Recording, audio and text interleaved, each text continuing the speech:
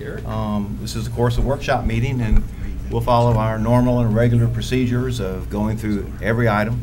And board members and superintendent, if there's an item that you'd like to stop and discuss, please just let me know, and then we'll be able to move through every item on here. Okay.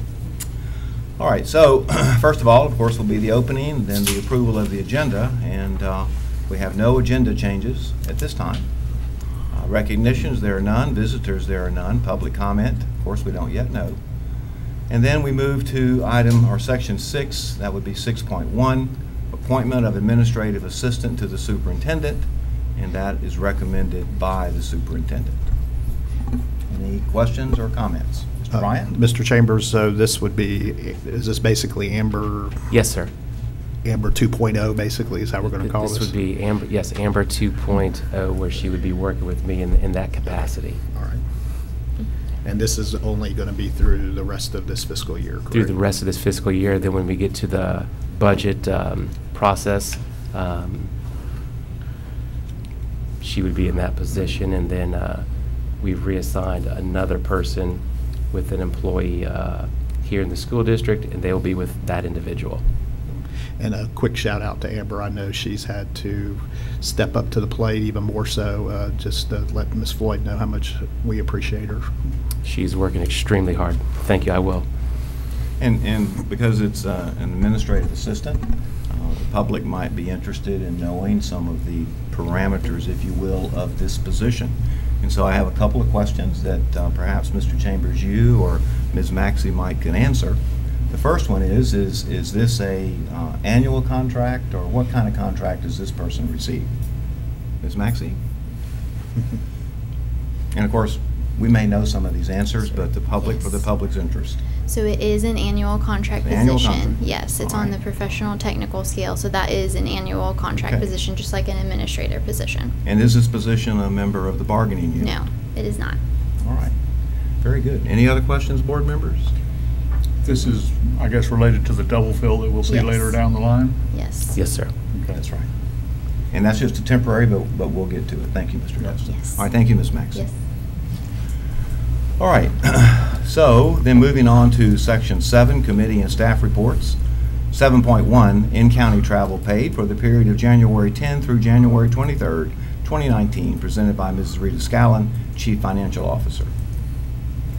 7.2, out-of-county travel paid for the period of January 10 through January 23rd, 2019, presented by Mrs. Rita Scallon, Chief Financial Officer.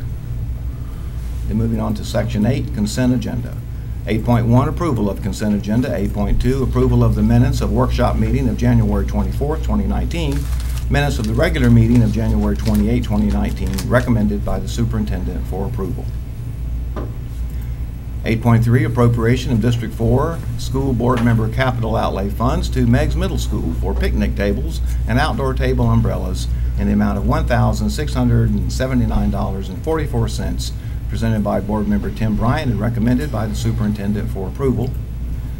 8.4, appropriation of District 4 school board member capital outlay funds to Crestview High School for track and field hurdles and hurdle carts in the amount of $10,910, presented by Vice Chairman Tim Bryant and recommended by the superintendent for approval. 8.5, request to advertise a public hearing for the adoption of new school board policy 04-49, threat assessment teams, presented by Mr. Danny Dean, Specialist, Student Intervention Services, Safe Schools, and recommended by the superintendent for approval. I'd like to hear a little bit more about that. Is Mr. Dean, or someone here? I see Mr. Horton rising to the occasion. Okay.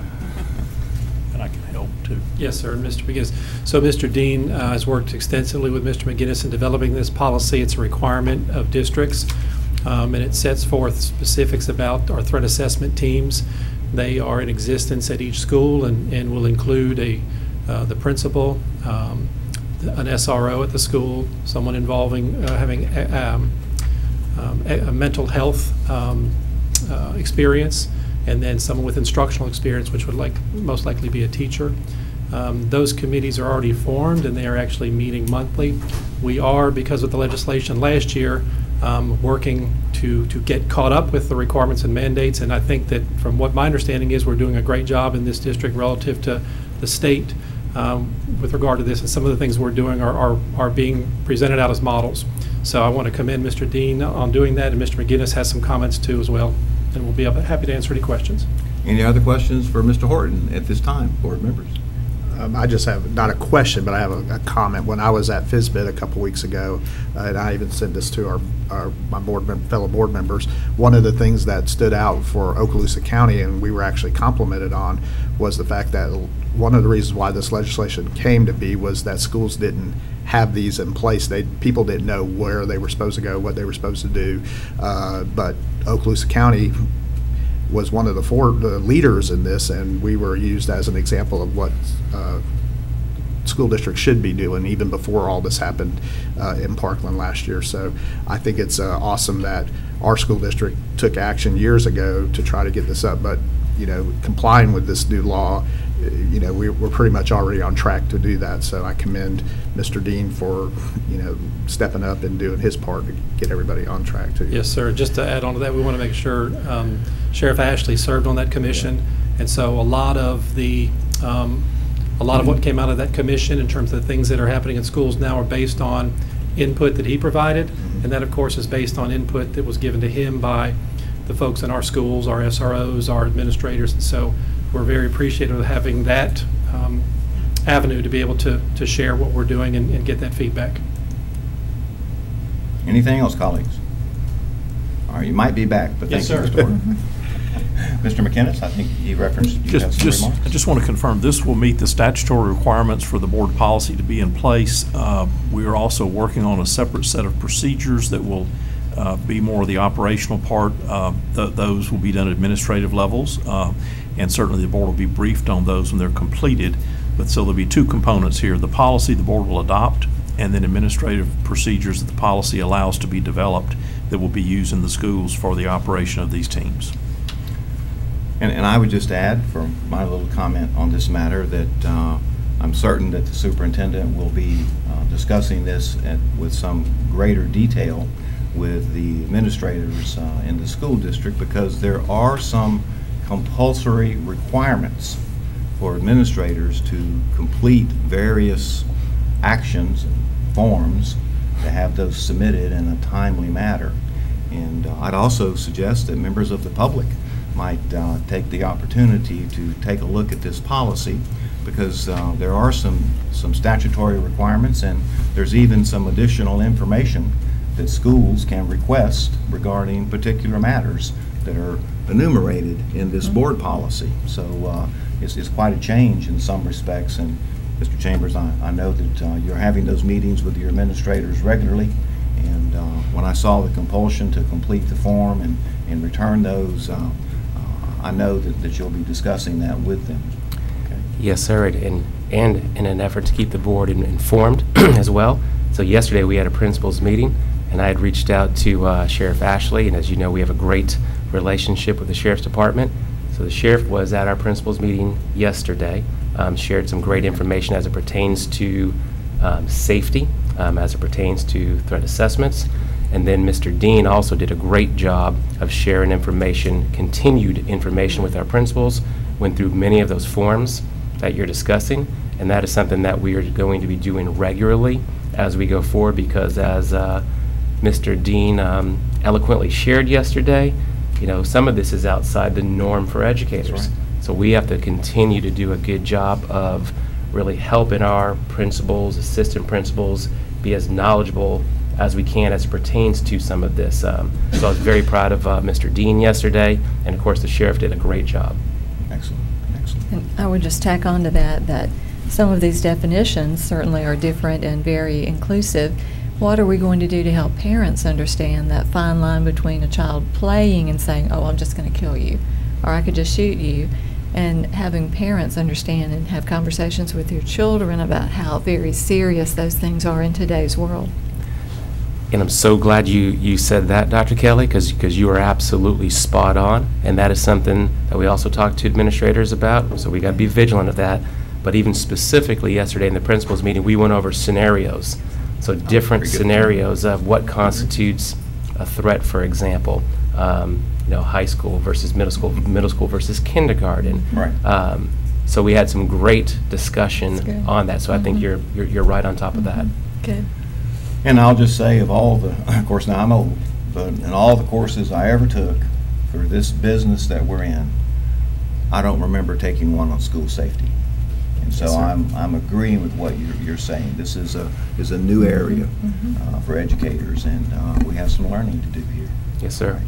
All right, thank you. All right, so 8.6, invoices to be approved for payment presented by Rita Scallon, Chief Financial Officer, and recommended by the Superintendent for approval. 8.7, school donations presented by Ms. Rita Scallon, Chief Financial Officer, and recommended by the Superintendent for approval. I'd Yes, like sir. to comment. As always, I'd like to say thank you to all our community sponsors who help all of our schools through donations like the ones that are on the agenda today. So thank you to all those businesses and individuals who contribute to our schools. Thank you, Mr. Bowman. All right, so 8.8, exempted purchase, estimated figures for Advanced International Certificate of Education, AICE, and Advanced Placement, AP, examinations, presented by Mr. Vince Wyndham, Program Director Purchasing, and recommended by the Superintendent for approval. 8.9, tag-on bid purchase over $25,000, train, presented by Mr. Vince Wyndham, Program Director Purchasing, and recommended by the Superintendent for approval. Mr. Chambers, would it be all right if Mr. Horton came up or just to kind of inform the public on why we need to do this? There are some situations where air conditioning and heating are critical in schools, and that's usually every day of the school year. And in the situation of Niceville High School, all of our large high schools have 2 chillers that help control the climate in the school. The one that we're replacing at Niceville, I think is 35 years old and is to the point where any opportunity to repair, refurbish just didn't make sense monetarily. It's time in this situation to get a new piece. Those 2 work in tandem. We even had an opportunity to go out and take a look at some cost savings, and so the cost to refurbish could have been half again as much or more, depending on what was found out. And the decision was made that at this time we're in need of a new chiller at the high school level. So it's an important thing, and it's we're constantly working on making sure the air quality is correct in schools and in the ages of our schools. And we're waiting on an overnight battery to come in this morning from Mary Esther to make sure that their air conditioning is working. And so, the time of the year and the temperatures being what they are, but it still gets warm inside schools when you have those students in there. And just for the public to know, even though we're going to be spending a little bit more on a brand new chiller here, what we are actually probably going to see some cost savings over a year or so, correct? Yes, sir. Absolutely. When you look at a new versus a refurbished one, we've run some analysis, and it could be about a $10,000 per year savings in having a new, more efficient system in place. And so that's every bit is something, and so that's significant from the standpoint of over time. Thank you.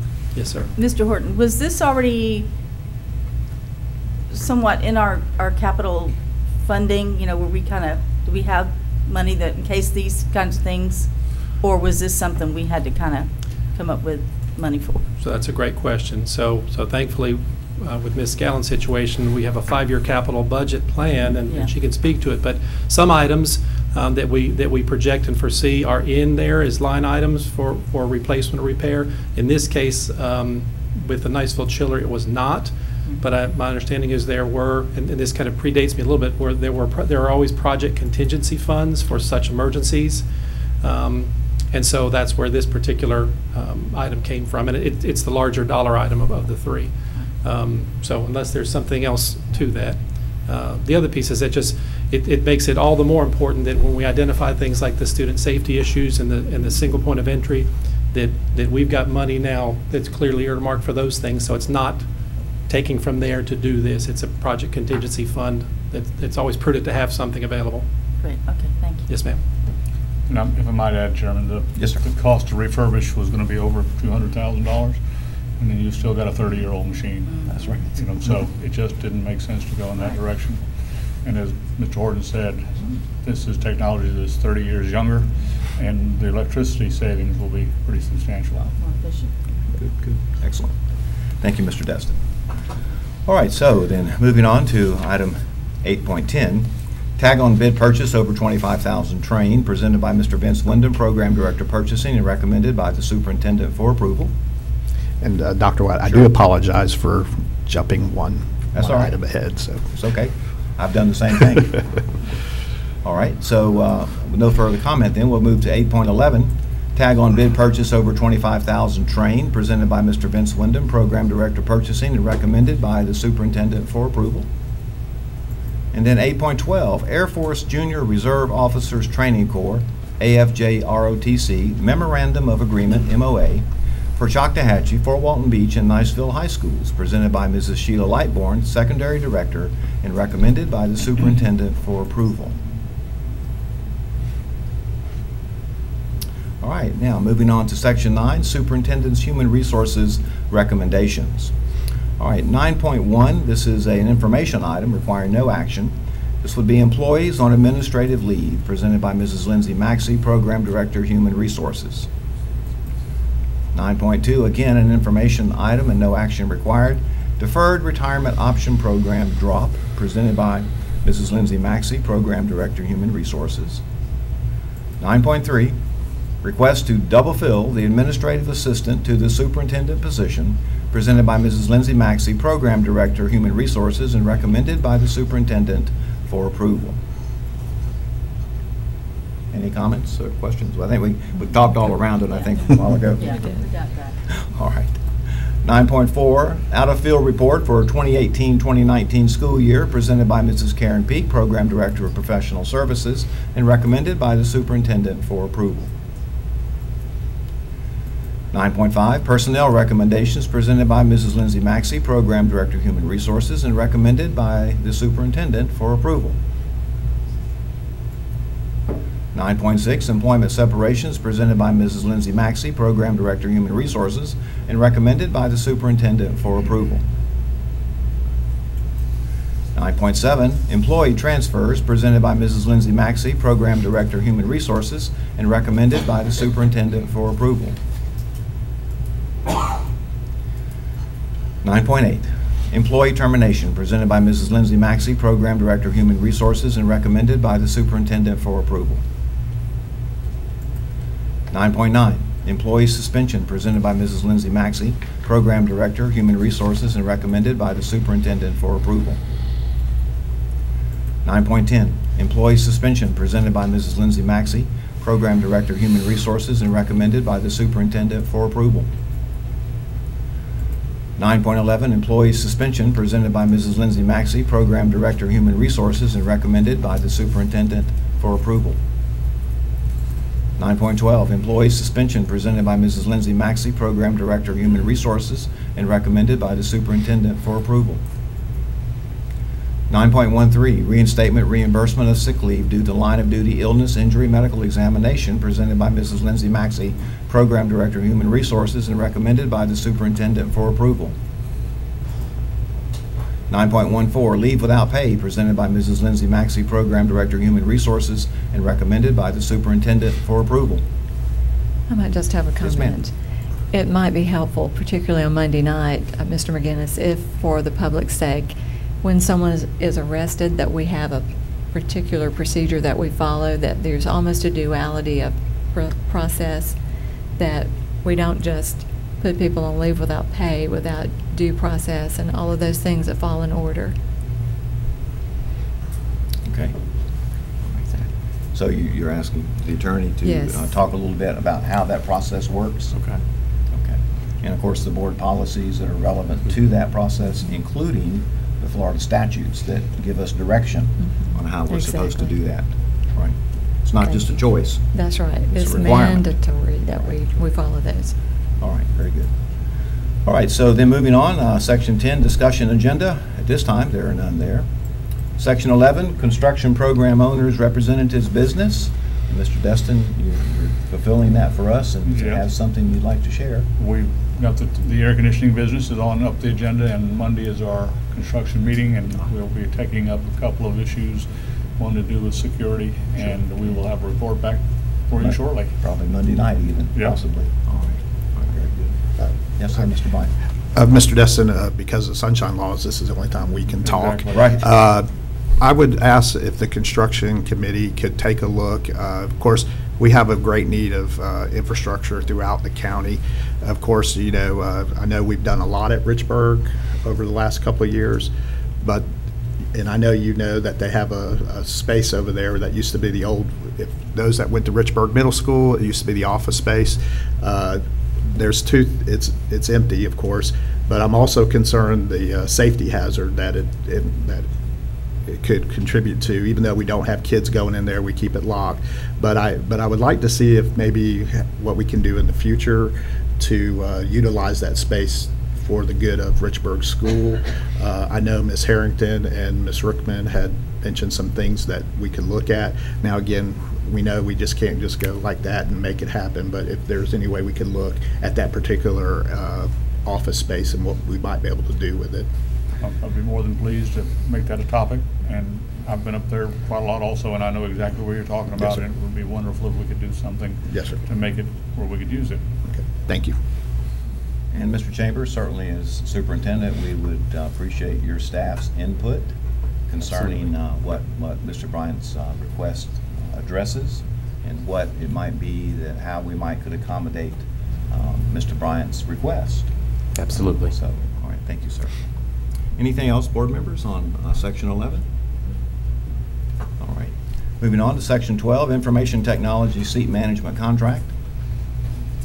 No business there. And section 13, Mr. Attorney, your business, sir. No report today. All right, superintendent, your turn. All right. Couple announcements. So first of all, as you know, this month is Black History Month. We had a great meeting yesterday with our principals once again. We're going to be doing a lot of activities this month, specifically at the schools, and we put a number of different topics out to encourage schools of some items that they could look at, from door decorating contests to essay contests to fun facts throughout the month. And we're also looking at planning a district-wide event at the end of the month. So just stay tuned for that.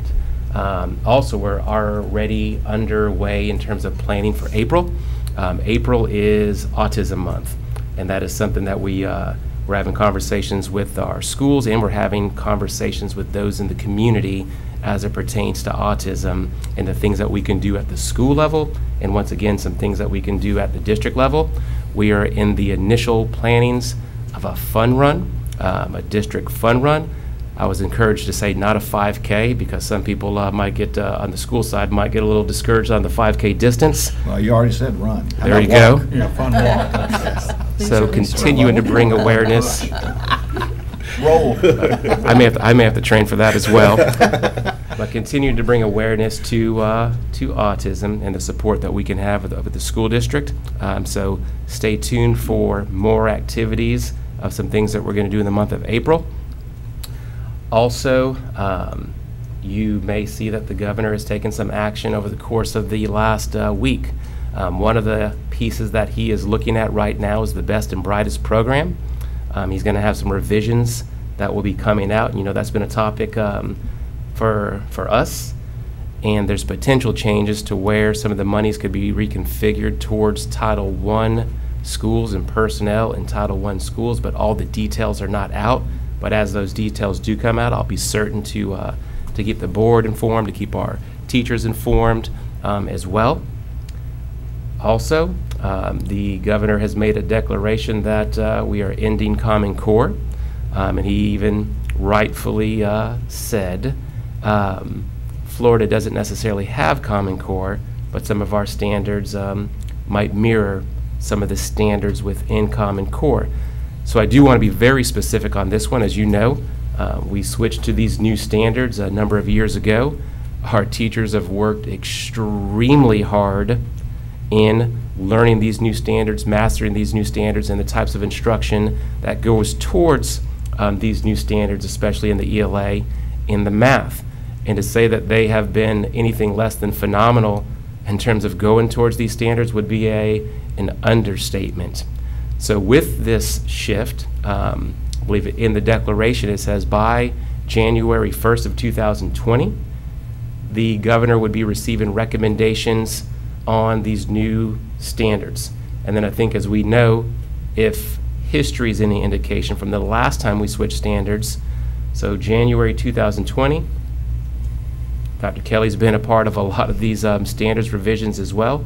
It may take another year to get standards. It may take another year in terms of what assessment would be utilized to assess these new standards. So we could still be a couple years out or more. Now, they could act very expeditiously, but the likelihood is we could be a couple years out. So we would still, unless something changes, be under these new standards, be assessed to the, be under our same standards and still be assessed by these standards. So the message that we shared with the principals yesterday, the same when we switched last time.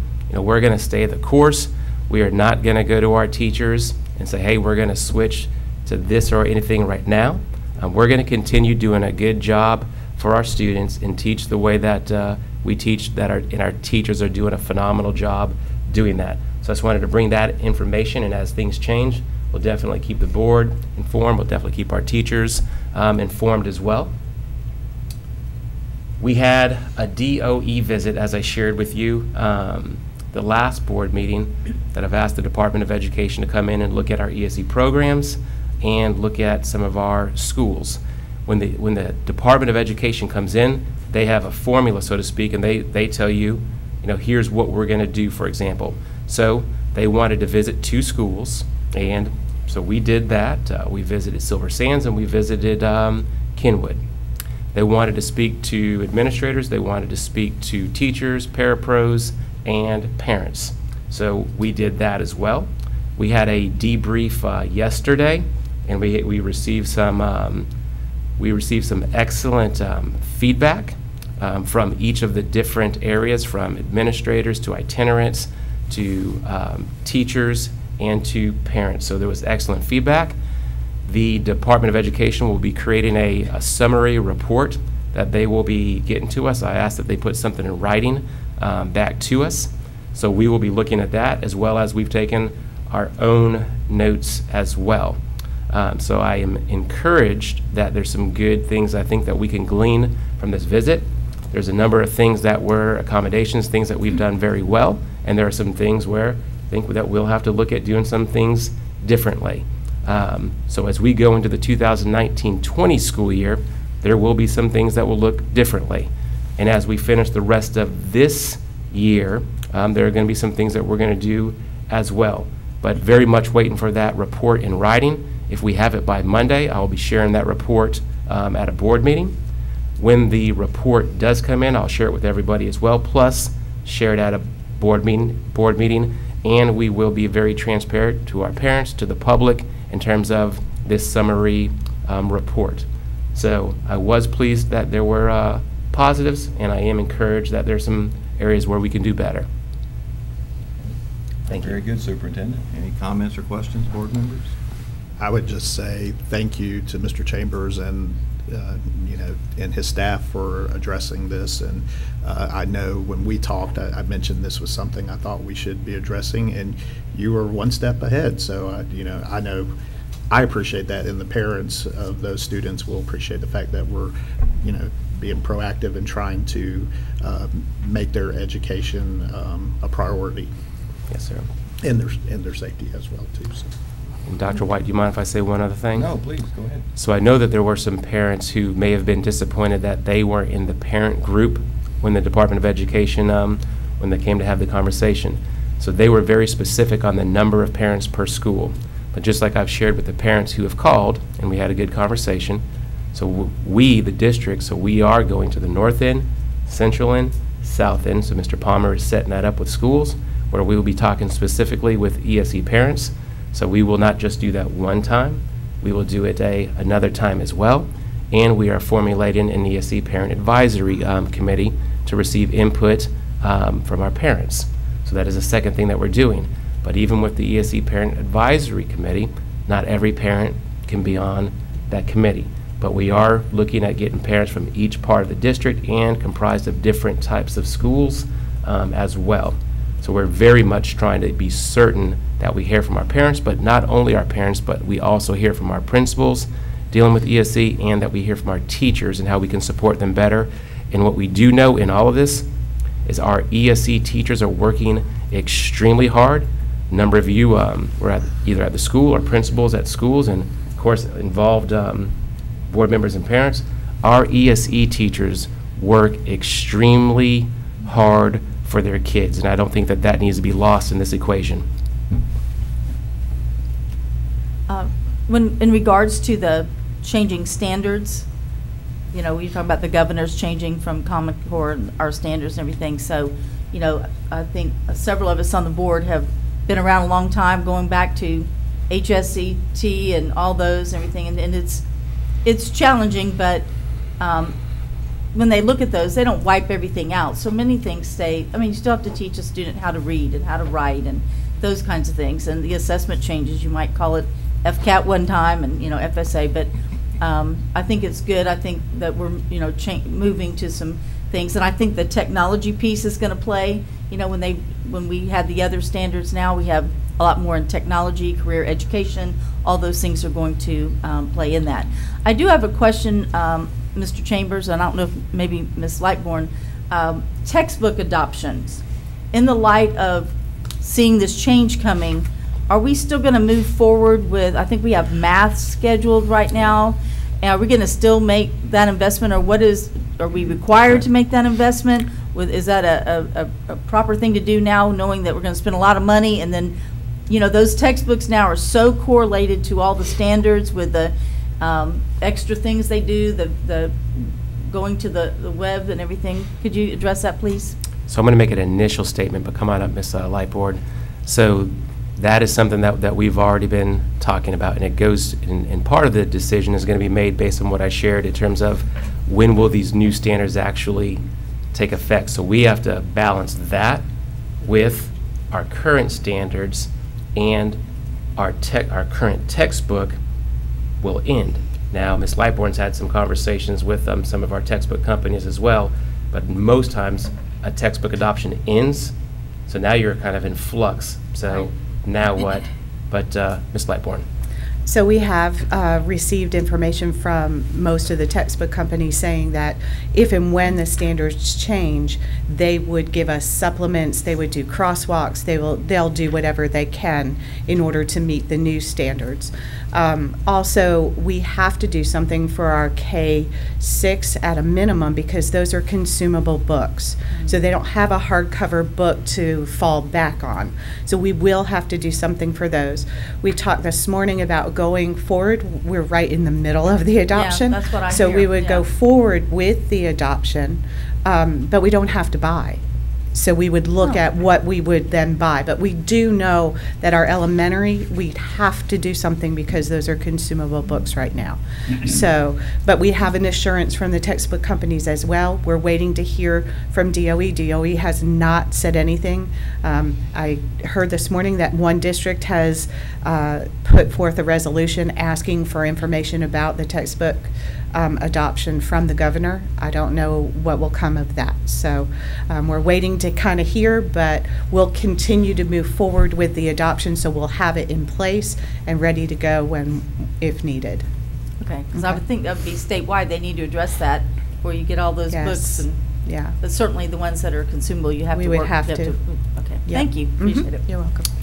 And the only thing, just two things. First of all, myself, I very much appreciated Governor DeSantis saying that a teacher's bonus or performance pay ought not be based on an SAT or an ACT score, because I agree with that. And we've all had to live through that, and our faculty and our staffs have had to live through that. And I'm grateful that finally someone at the state level that has the power to do something has recognized what we already knew.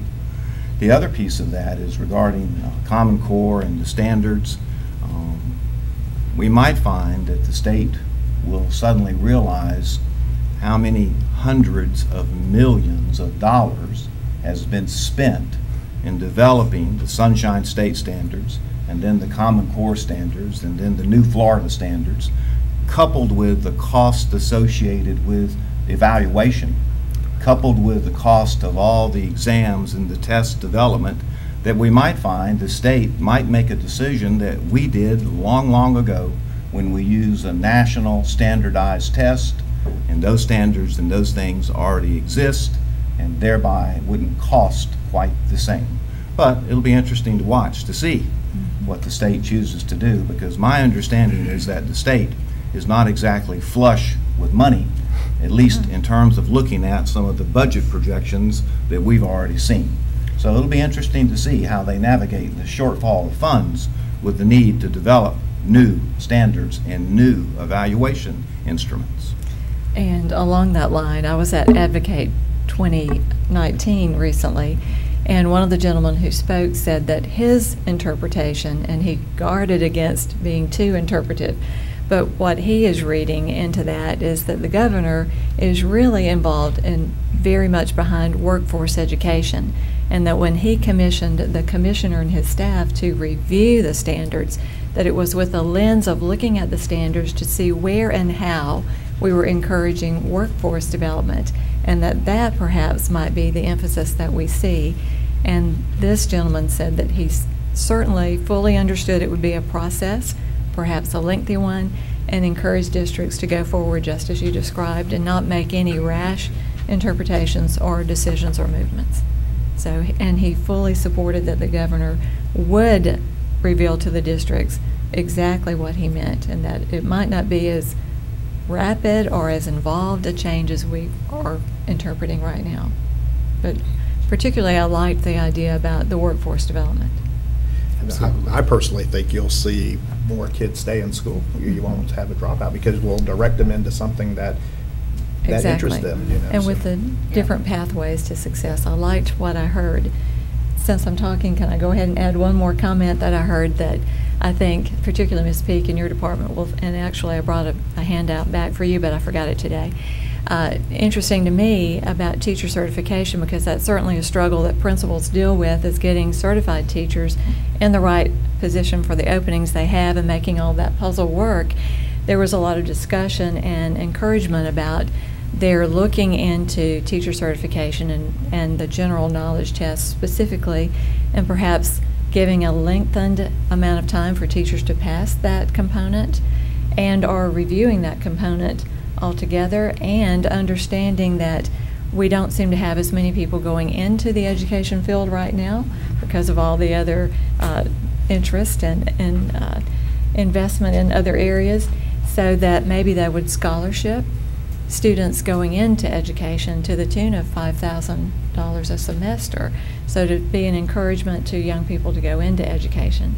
So everything that I heard there I was very impressed by, and I think they're on the right path to helping educators and people who are concerned about the issues that impact us down at the school level.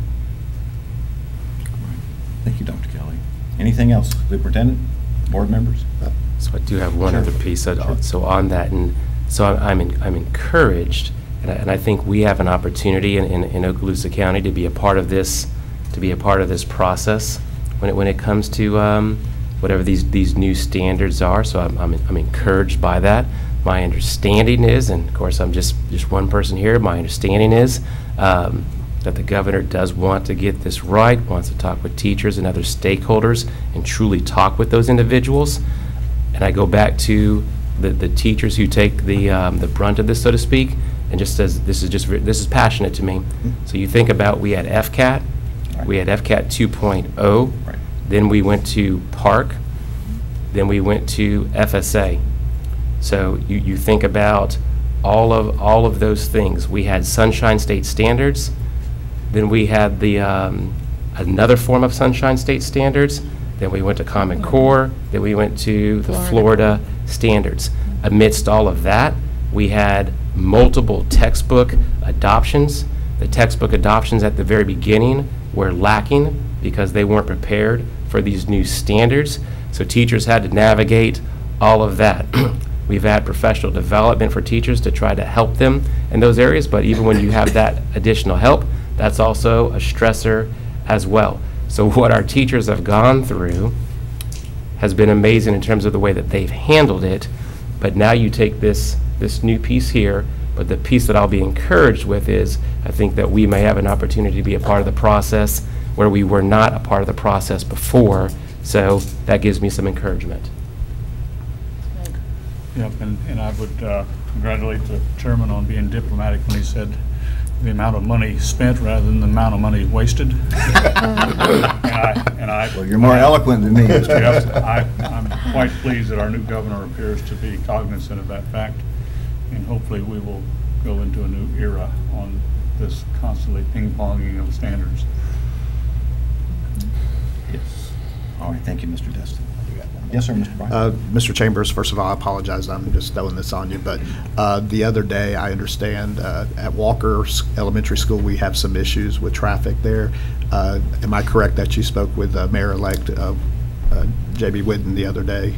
And could you just kind of give an update on what that situation looks like over there? So I'm going to give this update through Mr. Horton, so we're prepared to talk about this. Okay. I did have a conversation with I guess the incoming mayor, shared a little bit of the difficulty that they're having at Walker in terms of, especially the afternoon, because the cars are lining up on a road that only goes one way each way, actually. Right. So there's a little bit of a traffic issue. So we've looked a little bit into that. I've asked Mr. Horton to look into it as well. So we're working with our local politicians and the county and so forth. But Mr. Horton has some more specific information. Yes, sir, Mr. Bryant. So we've reached out and we're in the process of setting up a meeting. I think individuals out of town for the next week or so, but we've reached out to set up that meeting. A couple of things that we're looking at, obviously, is historical traffic patterns there at the school on site. You know, from a safe and secure school standpoint, to opening up our gates and allowing parents to queue up on the school property is a concern. So we're looking at ways to kind of ameliorate that. We may have some discussions in construction meeting and bring it up as an issue, but we want to look at all possible options to help that issue. And as you know, as you travel around the county for the elementary schools, at certain times of the day, there's an increase in traffic. Some areas absorb it better than others. So we're just going to be taking a look at that with a fresh set of eyes or two. And Mr. Smith, Bill Smith, is working with us on that to set up those meetings. Yeah, and I know, you know, having stood out there and watched the process go through, you know, I know that parents use Stillwell as kind of like a parking lot for about an hour, it seems like. So I appreciate, you know, us addressing that. If it's possible, I would like to be invited to that meeting that y'all have, since that is a school that I represent. So, Absolutely, thank yes, you. sir. And then help me understand one thing, Mr. Horton, because I could be wrong here, but I also think that it's a county, city, school district Sure. issue. Well, I'd like to springboard off of that comment. What we might find, should we look at all of our schools, that this is a problem replicated in multiple sites. I mean, I've had occasion to visit a few of the elementary schools in particular in the afternoon, some of which are here in Niceville, and I see some of the same kind of thing happen when you call 600 families together to come get their children.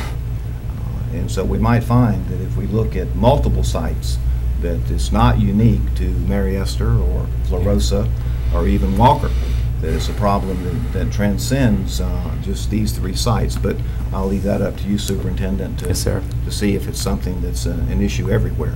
And I agree with that, and I think that any well-reasoned solution's got to involve not just the school district, but the municipalities that school's contained in, and so those will be some things we're looking at. Right. Well, and it's also, you know, it's the way times have changed. You know, all of our schools were neighborhood schools. At one time, you could, you know, your kids walked to school, but not no more. And, you know, definitely no fault, you know, not putting anything on the parents that do come early and all that. I get it. But, you know, our schools weren't designed to have 600 car riders, you know, but that was 50 years ago. And so I appreciate the effort that we're making, at least with Walker. And like Dr. White said, we could address it with all the other schools. I know Plough is a good example of one. Blue Water, Bob Sykes, you got many schools out there. So, Absolutely, yes, sir. Thank you, Mr. Hall. And if you don't mind, Dr. White, Yes, the sir. last thing I'd like to say, that I appreciate Mr. Horton getting right on it, but also Dr. Smith back there. He's had a number of meetings with people in Crestview as soon as we found out about this. So he has done an excellent job in terms of meeting and communicating and get some things going. So I do appreciate that. All right, excellent. And while we're talking on that topic, Dr. Smith and the crew, they've really done a good job with the situation at Florosa. So I was invited to Florosa last week, had breakfast with their faculty, and when that topic came up, got big applause. I would have liked to have taken personal credit, but I didn't. I did say that was, a lot of work on the district side and then, approval on our side. But the teachers, the people who work there, that's a real concern, the safety of those students. They take that personally, and so they were glad to see that. So I think looking at all this is worth our while to invest in that. Thank you. Thank you, Ms. Vinci. All right, Superintendent, unless you've got something else. No, sir. I don't think we have any other questions. So. All right, let's go ahead then and move on to board members' business. How about Ms. Vanchek? I'll start with you first today. Just want to say, I just mentioned I was at Florosa, but I know that many of us, or all of us, have been out in schools and to talk about what a positive atmosphere it is and how it's so great to see all these wonderful things. We've been reading to some youngsters. It was fun for me because one day I was interviewing high school students, doing mock interviews, and I asked the student if there was anything she wanted to say. She goes, "But I'd like to ask you about your job." And I was excited to have a teenager ask me about my job as a board member. And then ironically, several days later, when I was in a first grade class, a student says, "What does a school board member do?" And I was excited to answer that on another level. And I said, "Well, what do you think?" And they said, "You try to keep us safe, don't you?" And I said, "Yes, we do." So it's the best part. No offense to you, meeting with you, but sitting in a meeting is not the best part of this position. But getting out there into that with those students has been exciting, and we've been doing that, and it brings it all back to why we're here. So that's what we've been doing. Great. All right, Dr. Kelly. Well, it dawned on me as we were talking about the threat assessments and school safety that we are fast approaching the anniversary, February the 14th, of the Marjorie Stoneman Douglas High School shooting. And so while we are out celebrating Valentine's Day, it would be appropriate if we also thought about those students and those faculty members that gave their all to try to support their student safety. So it just dawned on me that we were approaching that. And on a positive note, Niceville High School has had lots of good things happen this week. We were out there earlier in the week celebrating the pole vaulter team, winning the Powerade video commercial for $10,000 reward. That was pretty awesome. Soccer district champs. I think the Lady Eagles play in their soccer playoffs Friday, tomorrow night. And we've had cheer and jazz tryouts at the state and regional level, so they're doing awesome in every arena. And lots of our high schools had signing day this week, and lots of our high school athletes have been received and signed to play at major universities. So happy for all of those students and families. Excellent. Thank you, Dr. Kelly. Mr. Bryant? Just a couple of announcements. Angelique and Greg, I want to thank your organization and the Okaloosa Public School Foundation and all of our sponsors for a tremendous Teacher of the Year banquet that we had last week. And congratulations to Davidson Middle School teacher Angela Ritz. She is our Teacher of the Year. She'll be representing us in the state Teacher of the Year coming up. And I will just say this, being on that committee, I was very humbled, but it was also great, like Ms. Ivanchek said, to be able to go out into the schools and have the opportunity not just to meet those three, but to meet all of our Teachers of the Year and see them in action in their schools. That's the tough part of being on that committee, is you got to pick one, and we have not just those folks, but we have hundreds of teachers that could be Teachers of the Year. But I want to thank your organization for all that they did to put it together. I'd also like to thank one of our corporate leaders out there, Mr. Bernard Johnson with Gulf Power, joined Mr. Chambers and I at Richburg School the other day to present a check for $5,000 to the school. I will also like to thank Ms. Harrington because she was the one that invited Mr. Johnson to Richburg. And it just so happened on the day that Mr. Johnson and some of his folks were out there, I just happened to be coming by to look at the construction project that was finished up. And, you know, Mr. Johnson got a chance to see what really goes on at Richburg School. And I think it moved him to the point to where he was like most people. They don't realize, you know, that all of our children deserve a public education, and they will get a public education, a great public education. But Richburg and Silver Sands definitely have, you know, their challenges with them. And but he got to see firsthand all of those special kids in there that have not just special needs, but they have special talents too, and they are amazing kids. And I just thought it was great for him to be able to go in and actually see what was going on. And he can actually advocate for those schools now because he's seen it firsthand. So I want to thank Gulf Power Foundation for the generous donation of $5,000. And Mr. Chambers, I also want to thank you for you know, your efforts to get out into the school. I was talking to Ms. Ivanchek briefly this morning. We do Twitter. And since you started tagging us on all your Twitter things, our Twitter accounts have blown up. I feel like Donald Trump right now with getting all the Twitter things. But, you know, thank you for that effort to get out there and, you know, highlight not just what you're doing, but the things that are going on in the school. And that's important. Absolutely. All right, Mr. Destin, anything, sir? I'm just going to tag on to that comment and Mr. Chambers about the ESE schools.